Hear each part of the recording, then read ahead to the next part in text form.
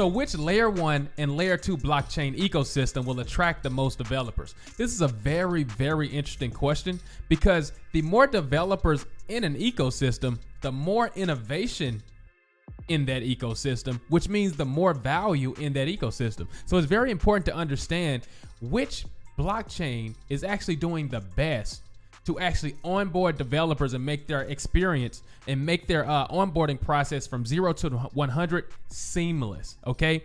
Now we're going to simplify this by assuming that a developer is entering each of these blockchains with no previous code base. Okay. They're entering with nothing. Okay. They maybe have a small team or they're an individual. How quickly can they go from 0 to 100 and have a useful product that they can actually serve out to a community? Okay. This is what we're going to be going over. So our first layer 1 blockchain is going to be Near Protocol. Near Protocol pretty much did everything perfectly. The only thing that they did not have is on the home screen, they did not have a start building button. Pretty much you want to see in your layer 1, layer 2 blockchains a developer tab almost immediately, and you want to see a start building button somewhere immediately. This lets you know that there's real technology and there's a real ecosystem and they want the developers to actually get in there and do work because this is a fully real product. Okay. A red flag is you don't see a developers tab and you don't see any development documentation. Okay. So if you go into the developer tab, go to smart contracts, you quickly get examples. Okay, you have a hello near example, and in the development world, okay, a hello world is the simplest way you can get a working prototype out, right? It's like the quickest, shortest application possible to actually show you how to run to work in that ecosystem. Okay, but they have multiple examples: hello near, a guest book example, a coin flip example. Okay, and we're gonna move quickly, guys. But if you look here, immediately, this is an example of hello near. This is going to be this is the code of line of code you run. This is how you install it. This is what it looks like. This is your smart contract. This is how you actually test it. And this is how you integration test it. And you can run it locally using these commands, or you can literally run it in a web browser. Okay, that quick. Check it out. I click to run it in the web browser here. You can hit open in workspace. Now, while that's loading, because it actually closed on me because I left it open a while. While that's loading, we can go here. This is the application. As soon as that loads, it's going to build, compile. It's going to deploy to a local server, and then it's going to expose itself to an endpoint that I can actually hit. And here is the actual smart contract running with a front end that I actually can interact with. All right. So every time I hit this plus button, I can actually see that I actually get a smart contract interaction, and it's actually incrementing and decrementing the smart contract. If you go over here to the code, this is the exact code that's running. So a developer, first thing they're going to come in and do is say, hey, okay, I know there's a button. This is what they're going to do. Hey, this is the perfect example. There's a button here. It's the plus and minus button. So they're going to go and say, okay, maybe I need to find those buttons. Let's see if I can find out where those buttons are. They're going to go to the source. They might go down to, let's see if we can find an index file, index HTML file. Okay, you see there's a plus button, and the plus button has an ID of plus, right? And then they'll go grab this, and we're not going to get into what code is, guys. I'm just showing you what they're going to do. Okay, they're going to grab that plus, and then they might search out, what does that do in the index.js. They might do find plus. So there you are. If you click on plus, it's going to go to your wallet. What is the wallet, right? They want to be up and running and just deep in reverse engineering the thing. Okay, that's how all the latest development platforms work. As you see, a wallet is a package. I can go to Near Wallet to actually get to my wallet. Here's the Near Wallet. Boom. There's a class called Near Wallet.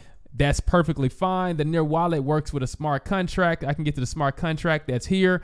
And it's all very intuitive. I have a working application immediately as soon as I click that immediate link.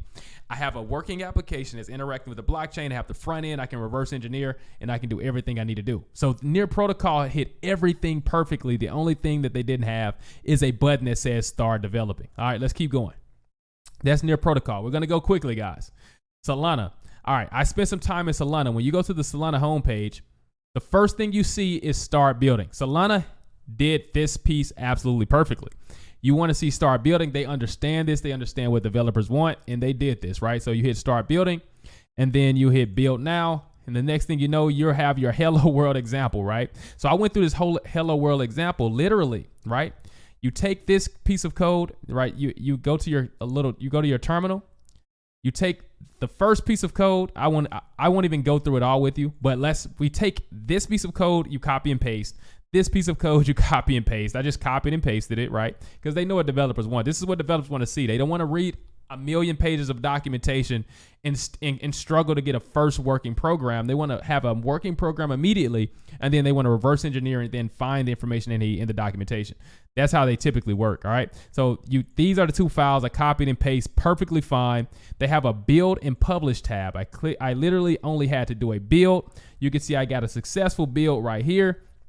And then I got to do a actual deploy. This said deploy at first. Now it says upgrade, but it said deploy. I only had to run one command. I had to run a command to actually seed the wallet, which is this command to get an airdrop. And then I had to run this run command. And you can see a transaction was sent with this hash code, and my balance decreased. I had 2 Salana in this wallet. Now I have decreased it by a certain amount. I've decremented it. So I've actually written a full smart contract by pasting 3 code blocks, right?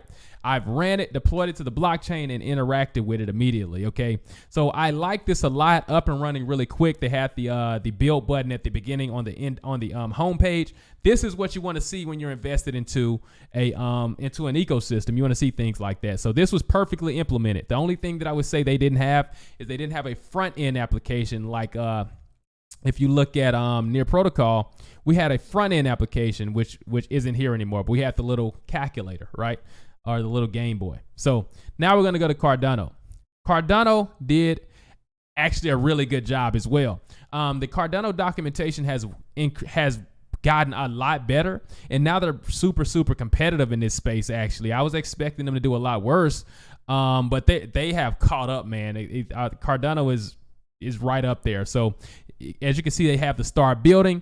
As soon as you get into the building, you have your you can immediately see that they have their get started documentation, and it tells you to run this command to install, do your git clone to pull down the application, install. You can do your install of your actual package that you pull down, your actual code base that you pull down, and you can do your build, and that's going to be your hello world, right? Now, the thing about this that makes it lose some points, right? It loses a couple of points because there's no way to actually run this all within a browser with no effort at all. Okay, you have to actually do this locally. That's a slightly deeper barrier of entry, but I will say that if you're the experienced devs can still figure this out. It's just not as convenient as a Near Protocol. Okay, now another thing worth noting is that Cardano is written as it uses Haskell for smart contracts, which is not really a common programming language, and that's another benefit to Near. It actually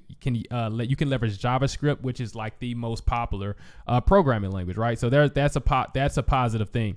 Cardano got this correct though, but they lose some points just because they don't have the virtual host for the actual hello world example that they have here. All right, we're going to move forward because we have to get through a lot of different things. So Ethereum, you go to the Ethereum website, they actually don't have a start building button, but they have a developers tab that you can get to pretty immediately, and you can get to tutorials. All right, I think I already had some actual examples of what their tutorials look like. They have a hello world, which is what developers want to see. How do I just build an application really quickly and then reverse engineer? The Ethereum does not have a way to actually host a project either, like within the web browser either. So they lose a point for that. But I will say that everyone knows Solidity, and there's so much content in Ethereum that they still are gaining advantage because it's a first mover, and a lot of people just know the programming language. But I told you, we're going to assume that a developer is new to blockchain technology, and we're going to assume that the developer has no code base. In that scenario, Near Protocol totally outperforms almost everything. Near Protocol and Salana are in the lead over Ethereum and Cardano, but Ethereum does have a level of advantage because it's an early mover and a lot of people know Solidity. Okay, now Cardano does have a great developer onboarding process, but it's not as simple as the others. Now, when we go down, let's keep going. Polygon. Okay, go to the Polygon Matic website, and we look around. What's the first thing that we see? I'm looking and I see nothing regarding, okay, there it is, build. Okay, so we've got build. That's a good sign. And then I go to documentation. This was interesting to me. Polygon shocked me because Polygon, I expected to be very developer friendly, but it's not super noob friendly, right? Like when you come in here, I hit get started with Polygon. Okay, let's see if there's a way I can get an application running up quickly. Okay, what is Polygon? I don't care what it is. I want to build something. Polygon ID fundamentals, don't care, want to build something. Matic, Polygon, Mumbai, don't care, want to build something, want to build something. That's what developers doing, build on Polygon. I just want to build something. So go to documentation, build. Get started with Polygon. I just want to build. You see the problem? How do I build? Right? So that's the problem. When a small team's coming in, they're going to be thinking, how do I build? How do I get here fast? Everyone has so much documentation. It's a new technology. It's better to just give a working product with a simple barrier of entry, and then allow the developer to reverse engineer the product, the rest of the information as they run into problems. That's actually the best way to get developer attention. All right, so we're gonna keep going. Polygon actually did pretty bad. It's not noob friendly in my opinion. It takes too long to go from 0 to 100. Now we're going to go to Caspa simply because Caspa has been getting so much hype lately. Okay, Caspa literally fails completely. Okay, Caspa gets a 0 rating because Caspa is new. So I think Caspa is such a new blockchain that I don't think they have any developer documentation right now, right? And this is good and bad. The good thing about this is everything they promise you can't prove, so the price can just run through the roof, right? This is actually a red flag for long-term holds, because you're holding a coin that's meant to build, meant for developers, in which developers can't test anything. So you're just believing in the technology. These kind of coins pump insanely because it's all hopium with no proof. So you can pretty much promise anything and there's no way to prove any of it. So Caspa gets a 0, but I'm not downing Caspa. It is new, so of course that's probably why they don't have anything yet. But do understand that when you see situations like this, these coins will pump like crazy. But be careful, they will dump like crazy because there's no actual proof of anything. All right, so the next one is Cadena. Now, in the previous bull market, we all know Cadena was extraordinarily. Actually, it reminds me a lot of Caspa. Okay, Cadena had a lot of great promises. I love the way what their technology is supposed to be, and maybe it is going to be. But the problem with Cadena is that it was really hard to actually get into the development environment. What I'm noticing now is they have a dive in button. They have more developer documentation. They're trying to get closer to what you're supposed to have. This is right. I never saw this piece. Yeah, they're trying to add more documentation though. Okay, so they've got this developer page here. Build your first dApp, right? You can learn all this stuff. Get started. Here's some commands, right? So they've got some stuff in here. I remember trying to do this previously in the previous bull market, and I actually couldn't get a program to actually work out on the Cadena ecosystem. So I'm not sure how well this is going to be, but I will give them some points because they actually do have a lot of developments happen here. I haven't had time to actually fully test this one out, so it's kind of hard to rate Cadena. All right, so next we'll move to Cosmo. So when you look at Cosmo, I don't really see any tab that says get started with development, anything like that. But what we can see is there is I eventually found somehow with a lot of searching, I found a way to actually get to their development documentations. And from this perspective, you can actually run, you can run a node, an API, run a node, run the CLI, stuff like that. But I don't see anything useful as far as me getting my first application out. I don't see anything special like, okay, I can build an application. And maybe that's not the purpose of Cosmo, but from a developer perspective, I don't see a 0-100. Here's the product, and now you can reverse engineer and be productive. Okay, so I don't think Cosmo, I don't think is a noob friendly ecosystem. And when I say noob, I mean 0 to 100 with a 2-year experienced developer, 3-year experience at a developer, and they have confidence that they can build something. All right. So Polkadot. When we go into Polkadot, I mean, Polkadot is considered a layer zero for sure. So Polkadot doesn't have anything, right? I don't see like almost anything about developing, right? You can go to development, documentation, Polkadot wikis. I don't see anything. All right. So I don't even know what you're supposed to do. I don't think this is developer friendly at all. If a developer can't go to, this is how you build, this is what you build, this is an example, go be free. You have a working example within 10 minutes. That's a problem. And Polkadot, I don't see any way to have anything working at all within a day. Right. And then I also looked at Ripple. Ripple doesn't seem, and I just looked to Ripple because I don't look at XRP at all. Like I typically just I've never been an XRP person. No problems with XRP, but it had so many regulations and so many problems at some point that I never looked into it. Obviously, has better grounds now, but with that said, I was curious about XRP. So see benefits of XRPL, XRP Ledger. Okay, so let's see the benefits. Okay, so start building. Okay, we're seeing something. SRP Ledger resources, concepts, tutorials. Okay, let's go to tutorials, Python. Okay, get started using Python, modular Python, build your first wallet in Python. Okay, here's some more documentation. Here are my goals, direct XRP payments. I can run this pip install. Okay, hello world. Okay, we're getting somewhere with XRP. Show ledger updates. This is some stuff I can run these code bases. Okay. I don't think this is developer friendly. This might be a bit overkill. I think they need something a bit simpler, more of a hello world, couple of lines of code type thing.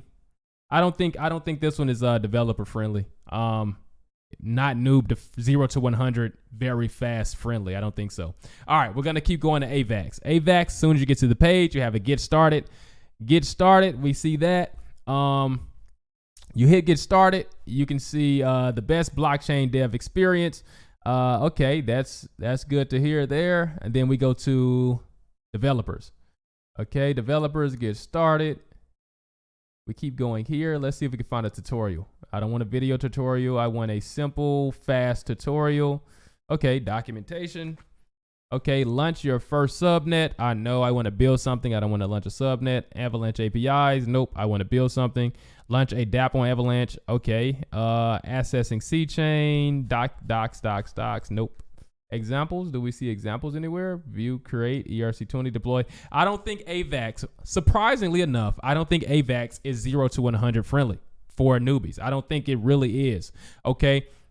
Now that we've went through pretty much everything, okay, I've come up with a score chart here, okay? And before I explain the score chart, I want to say that these various, there are a lot of things we can consider when we're actually evaluating how developer friendly these ecosystems are, but I'm keeping it very simple. I'm keeping it as straightforward as how simple can a 2-year developer come into the ecosystem and produce something? Because as blockchain starts to take over and be more mainstream, a lot of developers are going to come over, okay? And I think where they go is going to drive the value, okay? It doesn't matter what we want to happen. Wherever the developers are comfortable is going to drive the innovation, and that's what's going to drive the prices. Okay, now with that being said, Salana. We have 2 ratings. We have the dev rating and we have the community rating. Okay, the dev rating is how simply someone can go from 0 to 100 with 2 years of experience, and the community rating is how much value is waiting on the other side of that process for the developer. How much opportunity, how much value is locked. And I looked at the TVL to get the TVL values, because the total value locked is an idea of how much money is there and capital is there, right? So Salana, a 4.5 for developer ease of development for a new developer, okay, and a 4 for community because it has this 13 billion. Okay, it has a good amount. There's a good amount of money and opportunity there, and it's a very simple onboarding process. Near Protocol, probably the best onboarding process I've seen in cryptocurrency, and it has a smaller opportunity and a smaller community and a smaller capital opportunity, because the TVL there, the total staked market cap, meaning how much crypto is staked in there, is only 750 million, which leads me to an important point. This is how I'm finding the things that will run the hardest, in my opinion, right? The easier it is to develop on that ecosystem, the more developers will be attracted to it as they start to move over into blockchain. And the smaller the actual ecosystem as far as capital staked, the more it can run, because the more innovation it'll have. You understand where I'm going with this, right? The more innovation that will happen, and the more undervalued it technically is, right? So this is a way to see how undervalued these ecosystems are. If they bring in a lot of developers, or they're set up to bring in a lot of developers, and they don't have much value there right now, then they're probably going to be considered undervalued. Okay, so you look at Cardano. Cardano, I give a 4 as far as developer onboarding ease, and I give a 4 for community, and it has $7 billion. It has $7 billion staked. Okay, ETH, we got a 4, a 5, and 52 billion staked. Okay, so when you look at this, the best communities, in my opinion, for developers is going to be Salana, Cardano, and Ethereum, and XRP. Those are the best places that they can be to actually get the most value. But when we actually think about where's the ease of entry for a new developer, these guys take the cake. Okay, we're talking ETH, Cardano, Near, and Salana take the cake, in my opinion. I haven't been able to look over every single blockchain, but I will say that based upon the ones that I've looked at so far, these are the holy grail. And I think Near Protocol is undervalued in the idea that the amount of developers that it can attract easily is going to make that thing run, guys. That's why I have a huge Near Protocol bag, and we'll leave it at that. This was long-winded, guys. I really did not want to make this long, but I really wanted to hit on this topic because people do not talk about this topic enough. We don't talk about what the developers are going to experience when they enter these ecosystems, because they're the ones that are going to build all the products that we actually begin to love and enjoy. All right. So with that being said, that's one way I'm using, one strategy I'm using to find undervalued cryptocurrency. Near Protocol is the most undervalued cryptocurrency based upon developer ease to actual staked value in that ecosystem. I think it has the most opportunity to grow and the most upside, okay, from that perspective. With that being said, guys, that's the video. If you like this video content, hit the like button, hit the subscribe button, guys. I'll see you in the next video. Peace.